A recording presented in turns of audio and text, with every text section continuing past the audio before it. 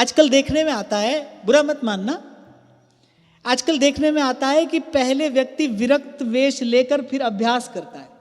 पर ऐसा लगता है भाई वो जो वैराग्य है ना, जिस वैराग्य की बात भगवान कर रहे हैं, वो वैराग्य तो गुरु के आश्रय में, गुरु की सेवा में, गुरु के अनुशासन में रहकर दीर्घ काल तक किए हुए अभ्यास का प्रसाद है।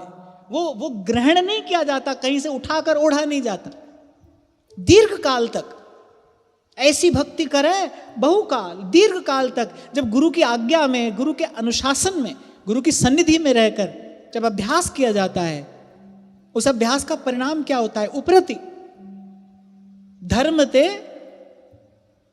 बिरति जोग ते ज्ञान। धर्म अर्थात कर्तव्य।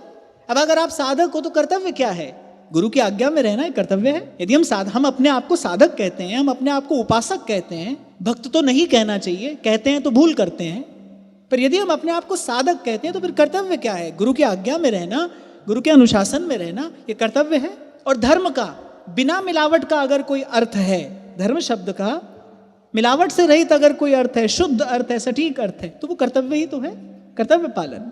तो धर्म ते बिरति, कर्तव्य पालन करेंगे तो वैराग्य होगा, सहज वैराग्य, स्वस्थ वैराग्य, प्रसन्न वैराग्य। कभी कभी देखने में आता है, क्षमा करना, कि जो विरक्त व्यक्ति होता है ना, वो विरक्त तो हो जाता है पर प्रसन्न नहीं होता।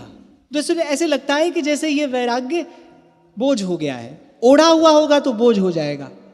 और यदि वो सहज बिरति होगी तो फिर हम दीवानों की क्या हस्ती, आज यहाँ कल वहाँ चले और मस्ती का आलम साथ चला, हम धूल उड़ाते जहाँ चले।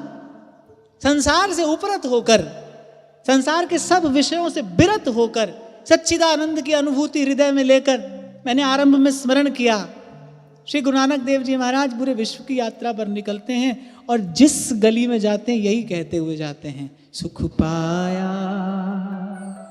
सुख पाया,